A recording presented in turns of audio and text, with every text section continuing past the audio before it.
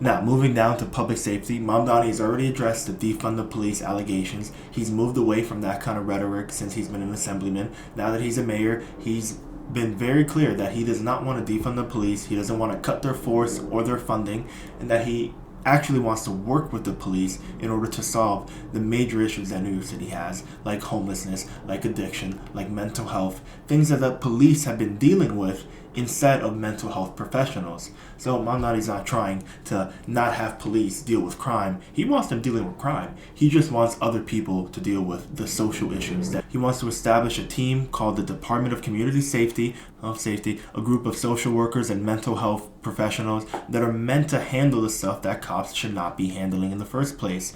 For example, take the issue of homelessness, thousands of people sleeping on the street, sleeping in the trains. Wouldn't it be better for mental health professionals and social workers to deal with this as opposed to cops? Same thing with addiction, and same thing to mental health emergency calls. New York City receives almost 200,000 of those calls a year, and they absolutely overwhelm New York City police. And so instead of having police deal with social issues, have a department dedicated for just that.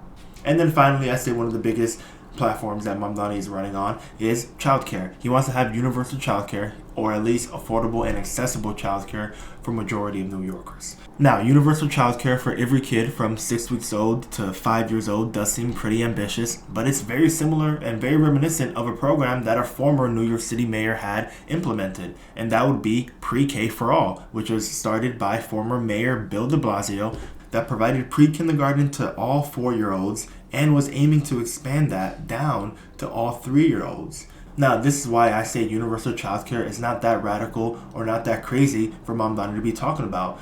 Mayor Bill de Blasio did provide us pre-K for all, and that was a major achievement for New York City, and I'm sure many parents benefited from that. And so if Mamdani is able to do something similar with childcare, then that's going to help so many families in New York City.